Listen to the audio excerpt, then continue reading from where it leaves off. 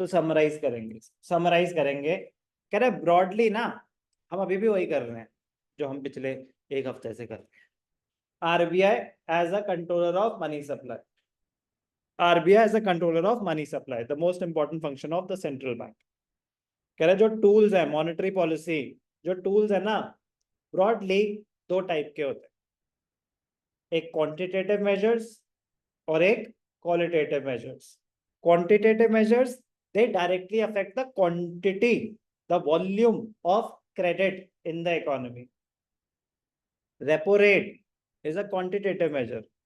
तो जो quantitative measures होते हैं जब वो चेंज होते हैं तो वो हर सेक्टर को इक्वली अफेक्ट करते हैं, वो हर सेक्टर को इक्वली अफेक्ट करते हैं। तो अगर रेपो रेट बढ़ा तो भैया लोन सबके लिए ही महंगा होगा, रेपो रेट कम हुआ तो सबके लिए ही कम हुआ। ऐसा नहीं कि प्राइमरी सेक्टर का अलग है रेपो रेट, सेकेंडरी का अलग है, टर्शरी का अलग है, नहीं, ये तो कमर्शियल बैंक्स का रेट ऑफ इंटरेस्ट है। इसका ये तो बात ही नहीं हो रही कि वो पैसा यूज कहाँ होना है। तो quantitative measures they affect the volume directly, वो सेक्टर वाइज, वो डायरेक्शन को कंट्रोल नहीं करते, समझा ना। क्वांटिटेटिव सारे सेक्टर्स को इक्वली अफेक्ट करेगा, क्वालिटेटिव उसका पर्पस है डायरेक्शन, उसका पर्पस है फ्लो को मॉनिटर करना कि किस पर्पस के लिए ज्यादा लोन देना चाहते हैं, किस पर्पस के लिए कम देना चाहते हैं। तो वो है क्वालिटेटिव मेजर्स।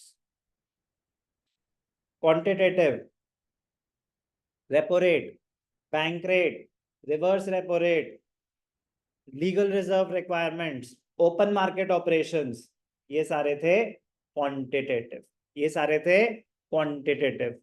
क्वालिटेटिव तीन है, मार्जिन रिक्वायरमेंट क्वालिटेटिव में दिखाना, क्योंकि मार्जिन जिस पर्पस, जिस सेक्टर को वो प्रमोट करना चाहते हैं वहां पे मार्जिन कम रख देते हैं, जिस सेक्टर को वो डिस्करेज करना चाहते हैं उसका मार्जिन बढ़ा देते हैं। तो it does affect the flow of credit.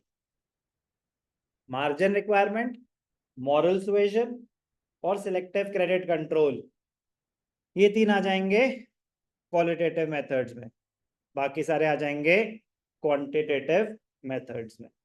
Okay, बहुत इंपॉर्टेंट क्वेश्चन है, मतलब कुछ भी नया नहीं है, बट जो हम कर चुके हैं उसकी सब क्लासिफिकेशन है, वो क्वांटिटेटिव और क्वालिटेटिव के तरीके से भी पूछ सकते हैं।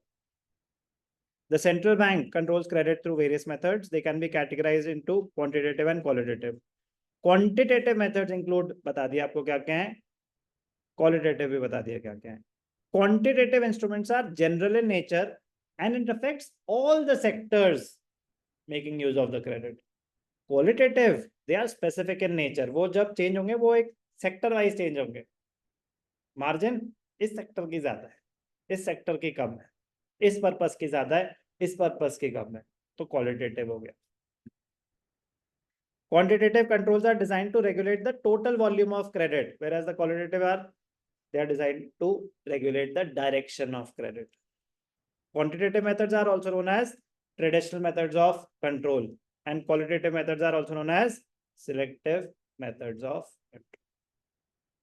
इसी के साथ RBI as a controller of money supply and credit समाप्त हुआ।